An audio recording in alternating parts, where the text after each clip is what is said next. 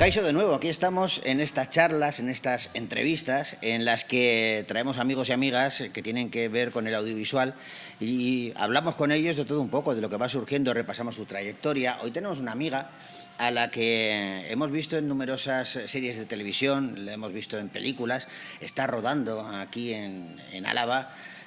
La pillamos justo cuando acaba el rodaje, pero es un gustazo saludar a Magui Cibantos. Magui, ¿cómo estás? Muy bien, muy feliz de estar aquí con vosotros. Para empezar, Magui, bueno, si esto es cierto, me vas a hacer flipar. ¿Es cierto que tu nombre viene de Magui Gioberti de Falcon Crest? Eso es. Bueno, fantástico. O sea, yo soy fan absoluto de Falcon Crest. ¿Tú has visto la serie? Yo no, la verdad es que no. He puesto así en YouTube alguna vez algo para ver quién era Magui Gioberti, pero no. ¿Pero qué pasa? ¿Que tus padres eran fans o...? Sí, le gustaba y a mi madre le gustó el nombre y hubo ahí un momento que no sabía cómo llamarme y fue como, pues Magui. Qué guay. Es que yo, de verdad que soy fan absoluto de la serie, ¿eh? Yo es una de las series que me marcó cuando era joven, que la veíamos, eran otros tiempos, era otra historia. La forma de ver televisión era a la misma hora y el mismo día, y Falcon Crest en concreto se emitía a mediodía, y era cuando... que era un ritual que a mí yo lo echo de menos en parte, ¿eh? Eso de que acababa una serie, una temporada, que además en este tipo de serie, que era un culebrón, que no te puedes imaginar, nadie era hijo de nadie, porque podías aparecer siendo el hijo de tu padrastro, de tu madrastra, de no sé qué, y de pronto el culmen... acababa una temporada con un asesinato, todos en peligro de muerte, un terremoto, podía pasar cualquier cosa y tenías que esperarte como 9, 10 meses a que volviera la serie y que volviera a retomarla. Esa liturgia se echa de menos ahora, ahora se consume de otra manera. Es que son otros tiempos. Es que ahora es como impensable con la rapidez que llevamos a hacer algo así, ¿no? Ah. O sea, bueno, yo sí recuerdo haber rodado a Rayán, que de alguna manera era también, sí, pues un poco más culebrón, podemos decir, era otro formato y no hace tanto de eso. Y es que en los últimos años ha cambiado muchísimo el audiovisual, porque creo que ha cambiado mucho la sociedad, ¿no? Creo que estamos a otra forma de consumir toda una velocidad que es como impensable volver a eso. Pero sí recuerdo, por ejemplo, eso con Arrayán, que las tramas eran como infinitas.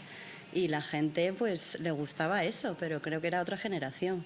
¿Qué veías tú cuando eras niña? ¿Qué veías en la tele? A mí me llamaba mucho la atención Twin Peaks, pero yo era muy pequeña. Oh, fíjate. Y me mandaban a la cama. ¿Tú no puedes ver esto? No era fácil, Twin Peaks, ¿eh? No, pero no me dejaban verlo. Pero me encantaba como la cabecera y me decían, ya es hora de irte a dormir. Pero bueno, no fue algo que vi, pero fue algo que me marcó. Y de alguna manera creo que he sido muy fan de David Lynch después, ¿sabes? Yo creo que algo se me quedó de esa infancia y de esa serie prohibida para mí porque era muy pequeña. Y luego ha habido algo de ese tipo de narrativa tan mágica. Esa sintonía yo creo la sintonía, era como, bueno, ya es hora de ir a dormir, pero... Angelo Badalamenti era la sintonía. Y te captaba, ¿eh? Es cierto que esa sintonía, esos acordes de guitarra ya te cogían y te quedabas viéndolo, aunque no entendieras luego muy bien la serie, porque se supone que, por lo menos así la publicitaban, ¿no? ¿Quién mató a Laura Palmer? Pero luego daba igual quién mató a Laura Palmer, porque aquello era todo muy surrealista, como era el universo de David Lynch, ¿no? Sí, luego así que yo haya visto, que me haya marcado, ya era pues más mayor, ¿no? Esta la de ¿cómo era? Six Feet Under, la de ¿cómo es? ¿Cuál? La de A 2 metros bajo tierra. Esa fue una serie que me marcó mucho y también también considero que es larga, o sea, que es para verla con tiempo. No sé si eran 6 temporadas, no recuerdo, sí. Pero era como larga y aparte que no era una serie que tuviera un ritmo muy rápido y frenético, era como, bueno, era para tomarte un tiempo en verla. Pero bueno, te hablo de esto hace 12 años, 13, o sea, que ya las series que recuerdo que me han marcado, Breaking Bad, son series más actuales, así de más pequeñitas, no sé, Los Simpson, quizás. Bueno, no está mal, no está mal. Hemos abarcado un amplio abanico. ¿Y cuándo decidiste o cuándo tienes tú conciencia de que quieres ser actriz? Yo empecé haciendo teatro y eso empecé con 15 años. Y además recuerdo la primera vez que me subí a un escenario, así como un escenario ya, ¿no? Porque damos clases y siempre pues te ponías, ¿no? Delante de los compañeros.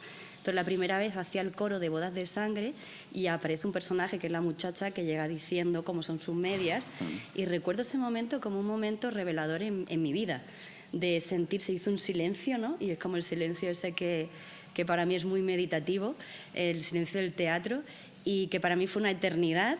Y yo luego preguntaba, ¿no? Pero me he quedado en blanco. Es que no sé, ha sido una cosa muy rara, pero me ha encantado. Yo sentí el foco y dije, quiero hacer esto el resto de mi vida, porque ha sido algo mágico.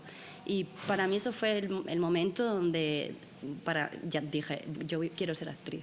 Le he escuchado decir a Rosalía hace poco que ella se dio cuenta cuando tenía también más pequeñita, 10, 12 años, que le gustaba cantar, que se aprendió una canción porque le apetecía a ella, y que en una comida estas familiares, donde iba familia con la que no tiene una relación así habitual, cantó la canción y se pusieron todos a llorar. Dice, ahí me di cuenta de que podía emocionar.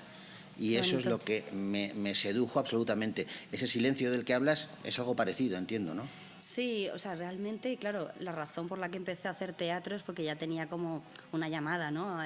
Y desde pequeña siempre recuerdo de grabarme con la cámara y me dejaban ahí jugando yo sola, creando como el logo de Antena 3 en aquel momento, y yo hacía todos los personajes y hacía todo. Entonces, a mí me gustaba jugar, hacer mis teatrillos, hacer mis programas de televisión, yo hacía todos los personajes, hacía todo, hacía el playback. Entonces, de alguna forma, luego me di cuenta, digo, pero es que hay una carrera y puedo ser profesional jugando. Y entonces fue cuando ya descubrí que podía. Lo que pasa es que yo tenía mucho miedo a hacer teatro porque siempre fui muy tímida, y recuerdo que fue una profesora de literatura del instituto que me dijo algo en clase de literatura de una forma muy random, o sea, fue una cosa muy extraña, pero yo lo tomé como que me lo estaba diciendo a mí. Cuando terminó la clase le pregunté, digo, oiga, esto que ha dicho de que el teatro te hace ser más extrovertida, digo, es que yo nunca he hecho teatro, pero me gustaría probar, pero creo que soy muy tímida para hacerlo porque no me veo enfrente de gente, ¿no? Haciendo. Y me dijo, no, te equivocas, la gente más extrovertida encima de un escenario es la gente más introvertida. Yo te invito a que pruebes. Y eso se me quedó y dije, voy a buscar una escuela de teatro. Y lo busqué en Málaga, que era La Sala, que era una escuela privada, y fui a la primera clase y dije, guau, esto me encanta, porque me siento en casa. Y empecé, y ya luego fue como 9 meses más tarde, cuando pasó el curso, hicimos esta Bodas de Sangre, y ahí fue cuando lo tuve clarísimo. Dije, sí, esto es lo mío. ¿Por qué será? Porque es cierto absolutamente que la gente que se sube a un escenario y que hay un clic en la cabeza cuando estás encima del escenario, eres extrovertido, puedes hacer cualquier cosa, pero se apaga en el momento en que te bajas del escenario, y le pasa a muchísima gente, muchos actores, actrices, pero también presentadores, gente que está delante de una cámara, y que luego además incluso eso te lleva a que piensen, joder, este es un borde, porque por la calle no eres tan extrovertido como puede ser delante de una cámara o encima de un escenario. Realmente no sé, cada uno, hay gente que habla y yo sí creo mucho en el poder terapéutico del arte, ¿no?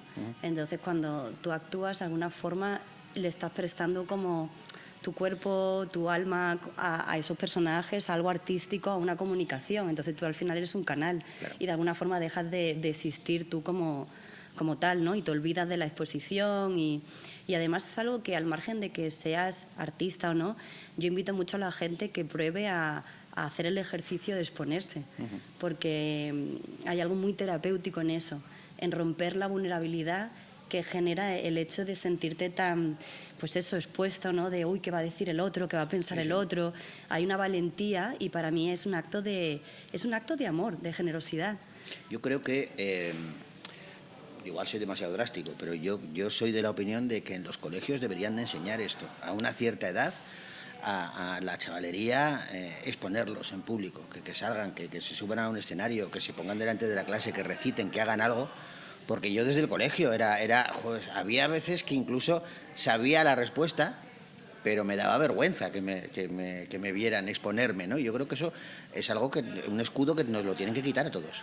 Total, ojalá esto fuera así, porque bueno, en muchos centros sí que lo practican, o sea, hacer teatro, y creo que al final practicar la comunicación nos hace mejores, ¿sabes? Como en la sociedad, que al fin y al cabo nos tenemos que relacionar. pero en lugar de relacionarte desde un escudo, aprendes a comunicarte desde la honestidad y de lo que tú realmente quieres decir, ¿no? Claro. Y si tienes tantos miedos, al final acabas diciendo lo que no quieres decir, simplemente porque estás hablando desde el miedo. Sí. Entonces, a muchos niveles creo que el teatro o la expresión, bien sea danza, bien sea disciplinas plásticas, creo que el arte es algo que cambiaría muchísimo la sociedad si todo el mundo lo practicase. ¿Tu primer casting lo recuerdas? El primer casting, quiero decir, profesional, ¿eh? El primer no. El primer no. Hice prueba recuerdo esto, para El Camino de los Ingleses. Sí. Estaba estudiando, creo que era primero Es la de segundo... Banderas, la que hizo Banderas, de Banderas, ¿no? Sí, sí. Primero o segundo de arte dramático, y fue bastante traumático ese casting porque recuerdo que me maquillé muchísimo y... Bueno, pues yo quería estar mona, ¿sabes? Claro, en la prueba. claro, lógico. Y la directora de casting el monólogo además me lo escribí yo porque había que hacer algo, cada uno elegía si el texto de la película o un monólogo, y yo elegí escribirme un monólogo que estaba relacionado con el personaje. Y la verdad es que recuerdo que me interrumpió y me quedé muy cortada y fue como fue muy violento para mí. Dije, ostras, es que... Y me dijo, ¿tú crees que una chica iría tan maquillada, una chica de 19 años? Yo pensando, yo tengo 19 años, yo me maquillo, no sé. Pero bueno... y recuerdo que fue como, wow, y fue el primer no, luego al final aprendes a... O sea, el primer no, que luego... Sí, pero fue como el primer palo de enfrentarte a exponerte y que la industria te sacuda de esa manera. Porque no es lo mismo ponerte en un escenario donde al fin y al cabo poder recibir luego un aplauso o lo que sea, que exponerte con un feedback tan violento como aquel. Y luego al final pues fue el primer no de muchísimos. Y empiezas a gestionarlo de otra manera, el tema del que te digan que no, del exponerte en un casting y competir, porque no deja de ser una competencia. Y algo que quieres y no sabes si vas a encajar, y para mí esa es la clave, nunca es nada personal. O sea, encajas o no encajas, y encajas en el proyecto, en una serie de criterios que tienen otros, pero tú tienes que mantenerte firme y respetarte al margen de lo que el otro diga. Que eso no es quiere... importante, muy importante, asumirlo, porque si no... porque como asumas cada fracaso como un golpe que te dan, al final acabas herido, claro. Creo que no hubiese seguido, obviamente. Creo que para mí fue como encajar aquello. Y luego pues saber reconducir cuando vinieron más, porque luego vinieron muchísimo para La Voz Dormida, para películas que me quedé ahí. A las puertas, ¿no? Pero a las puertas. Y yo decía, ¿pero por qué soy la eterna finalista? No lo entiendo. O sea, ¿qué pasa? O sea, porque por un lado quiere decir que gusta mi trabajo y gusta la manera en la que lo hago, pero hay algo que al final no. Sí, sí. Y también entiendes que cuando está para ti, había una frase que siempre me decía mi tío, que es como, si está para ti, ni aunque te quites, si no está... O sea, perdón, si está para ti, ni aunque te pongas, si no está para ti, aunque te quites, ¿no? Si, aunque te quites, si está para ti, va a ser. Sí, sí, te va a enganchar. Entonces, hay algo de... Es así, si está para ti, va a ser. No te preocupes, que obviamente tienes que prepararte, tienes que formarte, pero a veces no depende de ti. Luego llegaron varias series de televisión muy dispares, porque si yo no me equivoco, porque ahora mismo echas un vistazo en internet y puedes encontrar cosas que luego no son reales, pero yo he visto que participaste en Yo soy Bea, por ejemplo, en El tiempo entre costuras, en Escenas de matrimonio. Participaste también, series muy diferentes. Me imagino que serían papeles pequeñitos que te ayudarían. Cuando hacía comedia. Claro. Es verdad. Además, el otro día le decía a Alejo, digo, tío, tengo ganas de hacer comedia. Es que yo antes hacía mucha comedia, porque en teatro hacía mucha comedia, y de repente cuando ya me empezó a ir mejor, ¿no? Porque con el éxito de Vis a Vis y tal, y ya luego se me encajó en drama y he hecho comedia después, pero como que estoy como ya en otro lugar y me gustaría volver a la comedia, pero sí, Escenas de matrimonio fue así como... Lo primero porque en Yo soy Bea eran como capitulares, luego estuve también, que el otro día me encontré a Belinda Washington y lo recordábamos, en una que bueno, tuve 6 capítulos, pero el personaje era muy divertido, que era también una diaria, ahora no recuerdo el nombre, qué mal, ¿cómo se llama esa serie? No caigo ahora. ¡Ah, qué mal! Uy, y eso que Belinda me la como, porque Belinda es para comérsela, es adorable. Y me recordaba este personaje, decía, qué divertido, digo, que me lo pasé muy bien, y no es fácil hacer capitulares, porque llegas allí, no entienden la dinámica, todo va súper rápido. La familia ya está hecha. Claro. Y tú llegas como de nueva, ¿no? En este caso. Sí, sí, sí. Y en Tiempo entre costuras recuerdo también que fueron como 4 días de rodaje, así. Y me acuerdo también de tener un momento de un blancazo que tuve delante de Adriana Ugarte. Y fue como, wow. O sea, me acuerdo que la primera escena la hice muy bien y todo el mundo súper feliz y yo muy orgullosa. Y luego fuimos a comer, cuando volvimos me atranqué. Y de esto que te atrancas, y claro, que nos puede pasar a cualquiera, ¿no? Sí, sí, claro, y después de muchas series y tal, pero todavía cuando nos estás pasa. empezando es traumático, claro. Claro, y sobre todo cuando no conoces al equipo, Claro. estás delante de alguien que admiras, que es tal, que tú tienes menos experiencia, y fue como, guau, y recuerdo también como, guau, qué mal se pasa cuando estás ahí, ¿no? Y es que es difícil hacer los capitulares, porque cuando ya estás como fija en una serie, conoces al equipo y se genera ya como un ambiente familiar, pero cuando llegas así es todo nuevo, claro, y tienes que adaptarte a una velocidad que es estresante.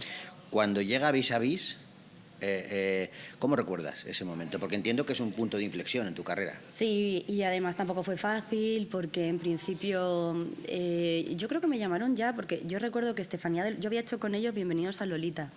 Había hecho que bueno, era Globo Media, y entonces con ellos hice esta serie que, bueno, desgraciadamente, porque no lo pasábamos muy bien, y además a mí que me encanta bailar y me he formado en danza, hacía de bailarina y hacía un personaje que además tenía comedia, entonces era muy divertido, muy gratificante.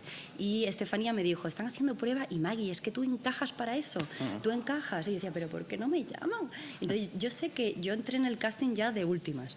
Y empecé a hacer pruebas, empecé a pasar las pruebas, una prueba, otra, así. Fueron como 4 o 5 y la última de horas. Horas. Y llegó la Navidad, eso fue en diciembre, y entonces no me llamaba. Y yo decía, bueno, será porque en Navidad no me llaman. Y pasaron como 3 semanas sin saber nada.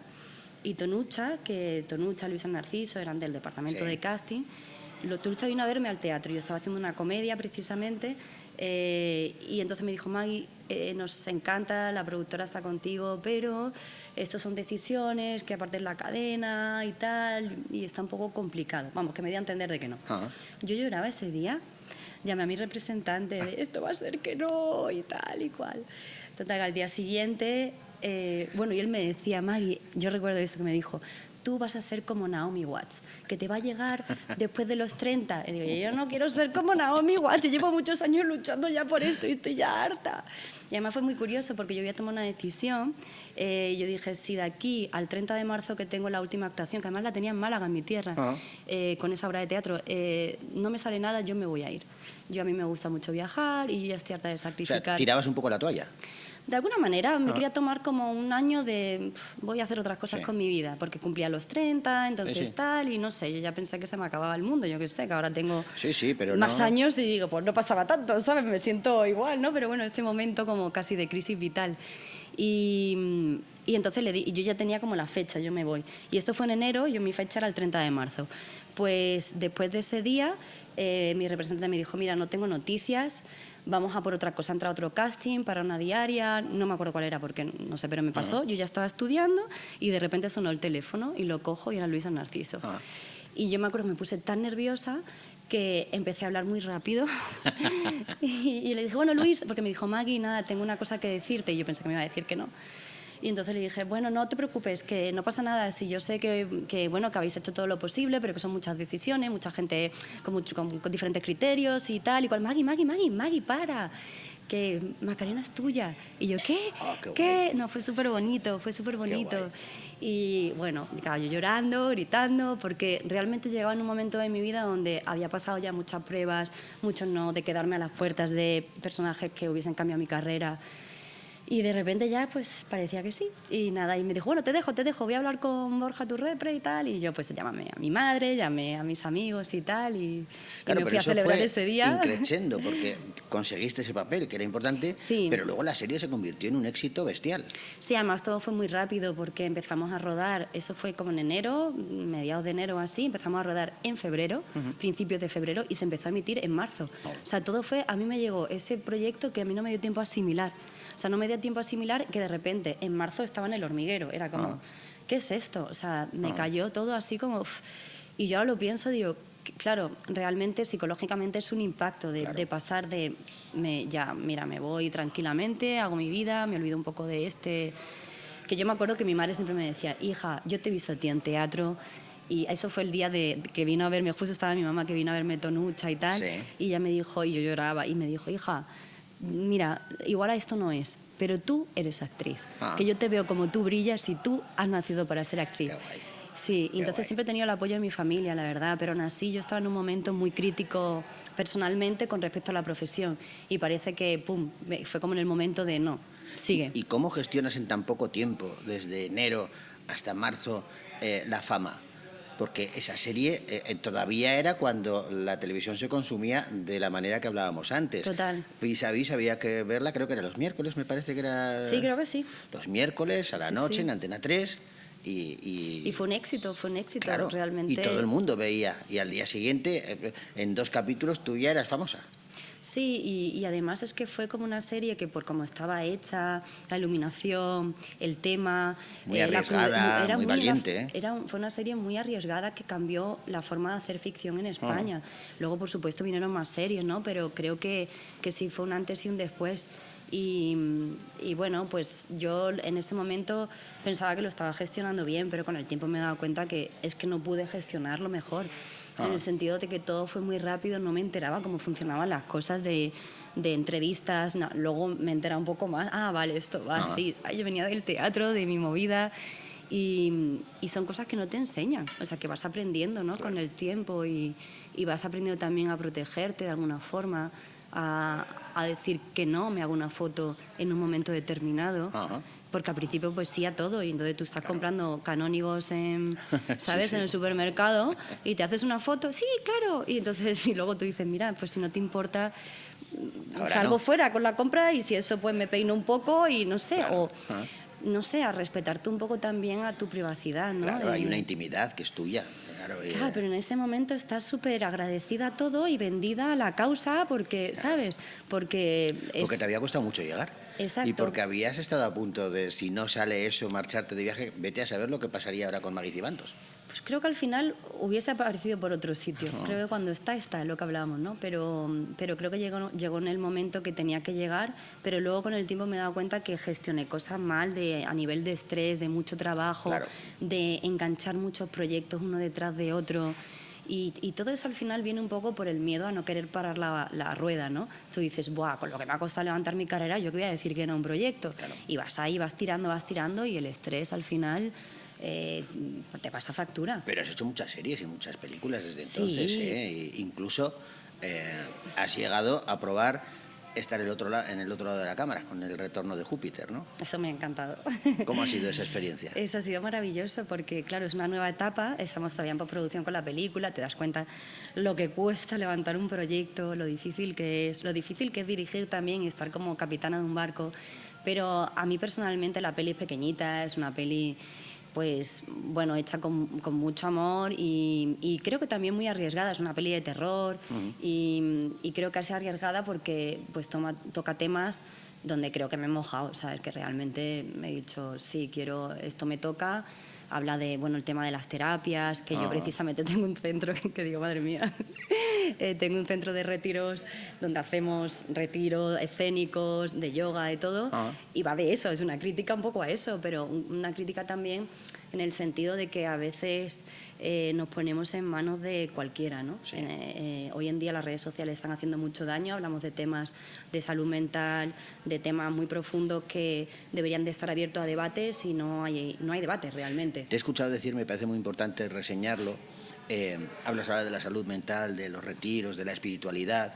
Eso es un tema muy íntimo de cada uno, de cada persona.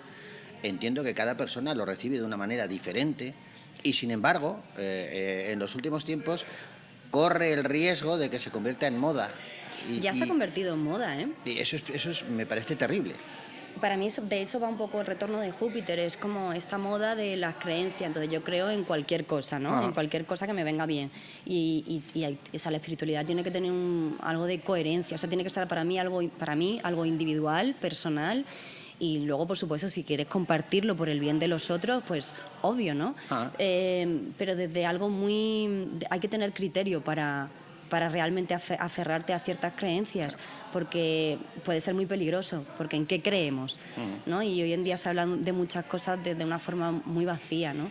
De estas cosas a mí me resuena mucho el tema del amor propio, que hablamos mucho del amor propio, y luego es casualidad que estamos en una sociedad súper egoísta, que se mira mucho el ombligo y que no se está hablando también de un poco amor al prójimo, ¿sabes? Que mira cómo nos va, que mientras a mí me vaya bien, pues me da igual lo que esté pasando, ¿sabes? Empatía falta, ¿eh? Sí, sí. Y luego, es que claro, que ahora precisamente con las redes sociales, toda esta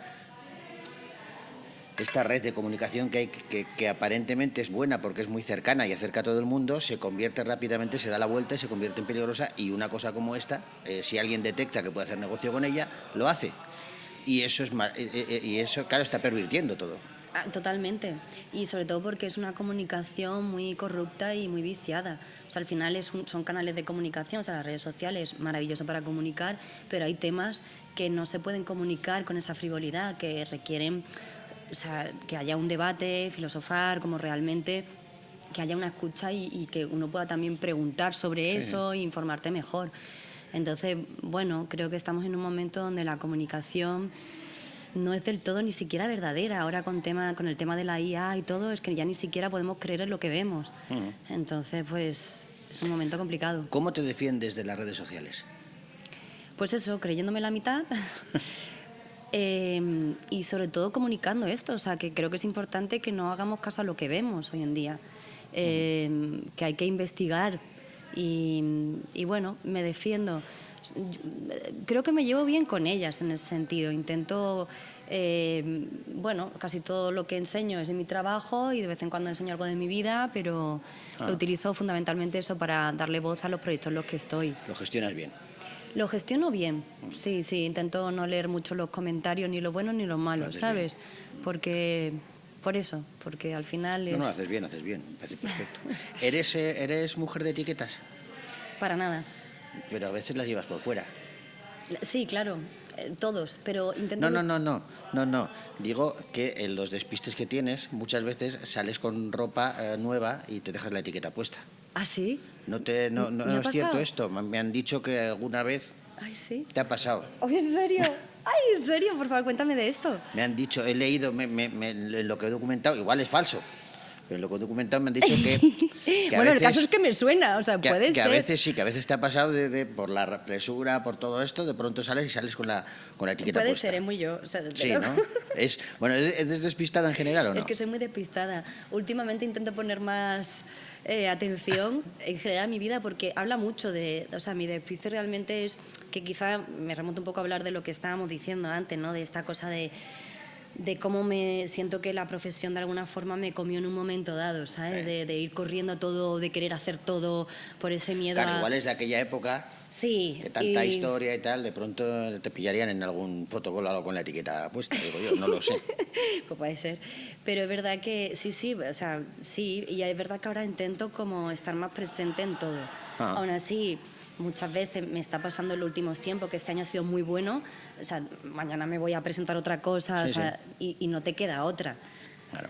Y no te queda otra que respirar, tomarme mis momentitos para mí y gestionar el estrés de una forma que, bueno, que quizás la madurez o los años me han dado que, bueno, que cuando te toca. Toca. Porque este año de repente se están estrenando proyectos que hace 2 años que rodé y me está tocando todo ahora y digo, ¿y qué hago? Pues nada, pues respirar. Sí, esa es una historia que os pasa a las actrices, los actores, que de cara al espectador de pronto os vemos en un año una serie, una película, una obra de teatro tal y dices, jo, tiene que estar forrándose, y dice, no, que lleva 2 años rodada, claro, que es un trabajo de que lleva su tiempo, ¿no? Pues me ha pasado un poco este año y entonces no me queda otra cosa que respirar y tirar y bueno, pues eso, pero intento que no sea así, intento que haya un poco de espacio entre proyecto y proyecto y ya está, porque es que si no es una locura, porque ya de por sí un rodaje es muy estresante y si vas empalmando, pues imagínate.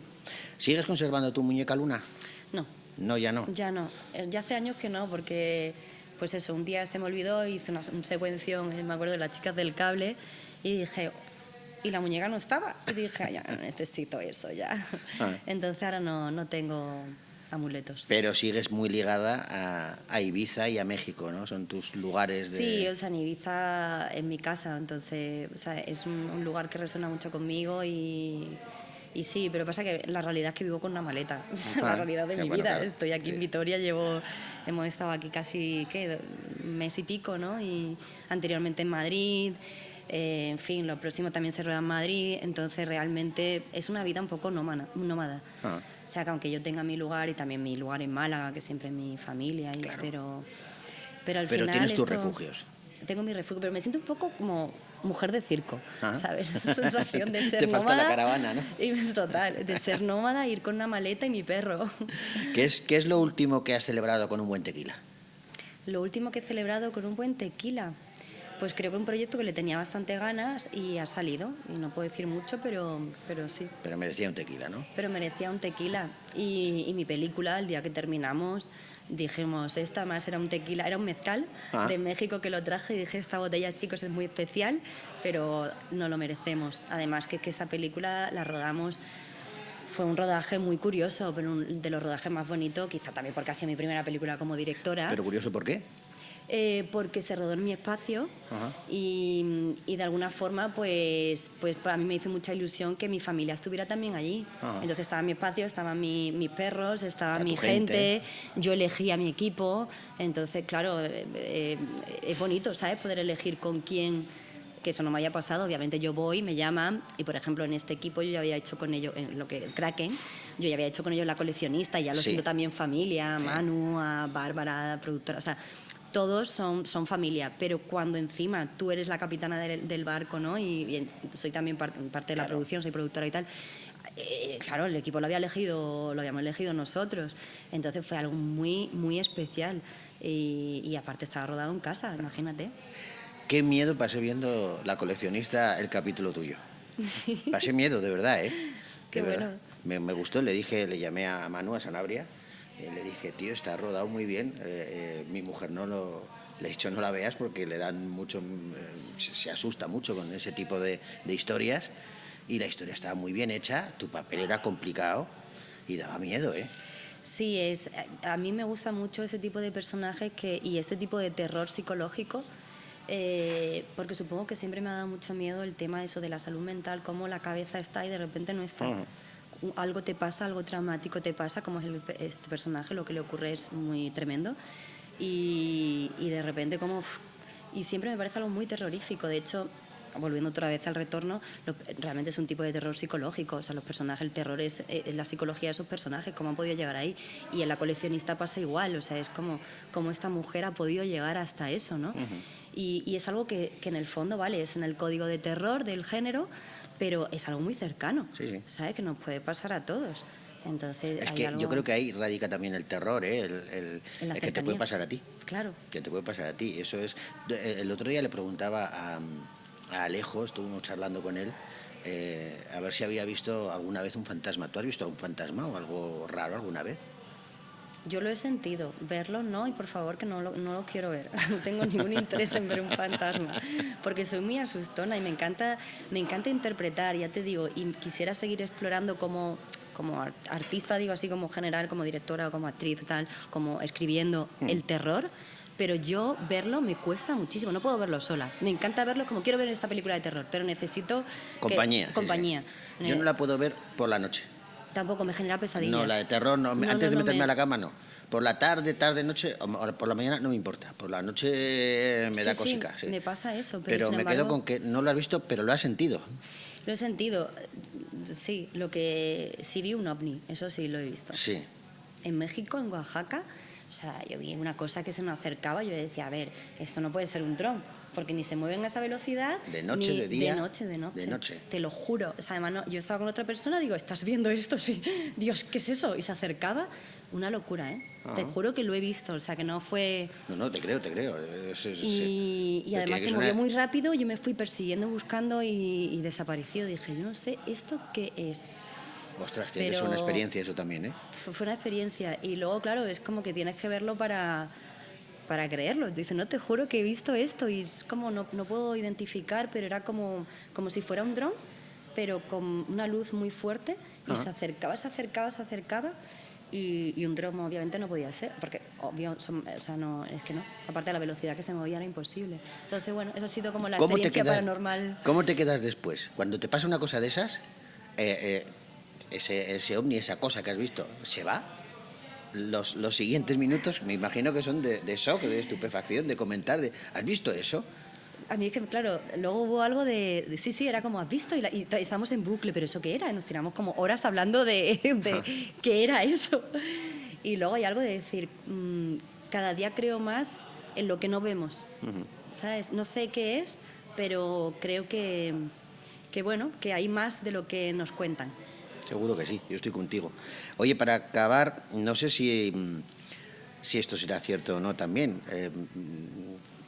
Creo que tenemos algo en común, tú y yo, que es el colibrí. Sí. ¿Tú tienes un colibrí tatuado? Sí, en la nuca. No te lo vas a creer. El logotipo de mi empresa es un colibrí. ¿Y por qué? Pues porque, mira, te lo voy a enseñar. Tengo aquí. La empresa se llama... No tiene nada que ver, además, el nombre de la empresa con el logotipo, ¿eh? Porque es un... la empresa se llama Luciflipo, pero mira, es un colibrí. Oh, qué bonito. Y es un colibrí porque me dijeron que el colibrí es conocido porque vuela para adelante, hacia atrás, y la empresa, bueno, pues tiene que ser flexible, adaptarse a diferentes situaciones, y entonces esa filosofía casaba con el colibrí. Y cuando documentándome sobre ti, de pronto leo lo del colibrí y digo, mira, tú, que tenemos cosas en común. Además, según la cultura maya, son los guerreros del sol. Hay como una leyenda que dicen que los guerreros se transformaban, cuando morían, se transforman en colibrí para llegar al sol. Sí. Bueno, es como... y son también amuletos en el sur de México del amor. Y hay muchos, o sea, les ponen como para... pues les ponen de comida, tal, para que vengan y realmente los atraen a las casas y trae buena suerte y atrae el amor. Qué guay. Entonces, me parece que tiene tantas historias el colibrí y es un animalito tan chiquito pero tan fuerte a la vez, que tiene sentido con estas leyendas de los guerreros del sol y bueno, no sé, me fascinó y sentí, dije... Entonces fue mi primer tatuaje, así como... A mí me gusta mucho tener como los animales tótem, ¿no? Sí. Que son los animales que te acompañan. Sí, sí. Yo tengo varios Y empezaste por el colibrí. Empecé, el primero fue como un colibrí. Qué guay. Oye, y cuando no tienes que rodar, no tienes que escribir, no tienes que dirigir, ¿cómo es un día perfecto para ti? Bueno, me gusta mucho el mar y entreno, me gusta mucho entrenar aéreos, hago circo, me gusta mucho el mundo del circo. Bueno, he leído que haces danza acrobática, ¿puede ser? Bueno, danza aérea, sí, bueno, sí. Es aéreos, o sea, como strap, aro... Y nada, empezó hace 5 años, soy una matada, o sea, no... Wow, pero eso es que no es fácil, ¿eh? Pero, porque, bueno, pero me encantan los retos y empecé, pues eso, hace relativamente poco. La gente que son me llevan toda la vida, entonces, bueno, yo hago lo que puedo, sobre todo porque voy a entrenar una vez al mes. Con esto, ir con la maleta no es fácil luego ir a tener una rutina de entrenamiento. Tengo mi rutina que, pues, con mi esterilla de yoga, pues voy haciendo mi yoga, mis cosas así, pero ir a entrenar esto, que es lo que más me gusta cuando tengo tiempo y no estoy trabajando, pues desgraciadamente lo puedo hacer menos, pero sí me gusta tener retos. Cada año me gusta aprender algo nuevo, lo que pasa es que me quedé enganchada en esto hace 5 años. Y ahí estás. Pero durante muchos años era como aprender un tipo de baile cada año. Y entonces te sientes mal, porque claro, imagínate, de repente me puse a aprender, con 34 años me puse a hacer breakdance. Entonces estaba allí con los chavalillos y yo una mata allí intentando hacer breakdance, pero creo que es algo muy positivo. Es guay no perder esa inquietud, ¿eh? Y es bueno también enfrentarte a la frustración. Sí, claro. ¿Sabes? De no lo hago bien, pero no pasa nada. Pero aquí estoy y lo intento. Y creo que es buena filosofía de vida. Ante todo esto que estábamos hablando sobre todo al principio, ¿sabes? Creo que no hay que hacer las cosas bien, hay que tener la valentía de enfrentarse. Si te gusta, me encanta la música y creo que no importa cómo lo hagas, si tú lo sientes, adelante. Adelante. Qué guay. Si tu vida fuese una película, ¿en qué género estaría catalogada? Sería una dramedia, como la de todos, ¿no? Bueno, como la de todos. Un día es una comedia, otro día es un drama, tú no sabes y ahí vas. Y cuando es un drama, pues tú dices, me lo voy a tomar en modo comedia, a ver si así. Entonces, bueno, intento eso, que cuando las cosas no vienen bien, pues ponerle comedia. Equilibrar un poquito. Sí. Y para acabar, estamos en Álava, estás acabando el rodaje de Kraken. Tú ya lo conocías porque rodaste con ¿Qué pasó con la pequeña Suiza también, por aquí, ¿no? Sí, ha sido La pequeña Suiza, La coleccionista, la rodamos aquí también. ¿Qué te parece Álava? Lánzanos, esto es para que nos lances unos piropos, no es por otra cosa, ¿eh? Pero bueno, saber que te lo voy a lanzar. Pero si tienes de algo corazón. malo, lo dices, ¿eh? No, te lo voy a lanzar de corazón, estoy encantada. Y de hecho decía, yo quiero que haya una segunda porque quiero volver. Me gusta mucho rodar aquí. Me preocupa que no esté haciendo tanto frío, es como que está pasando con el mundo, que aquí deberíamos de que... ¿Cómo es esto? Siberia Gasteiz. La Siberia Gasteiz, sí.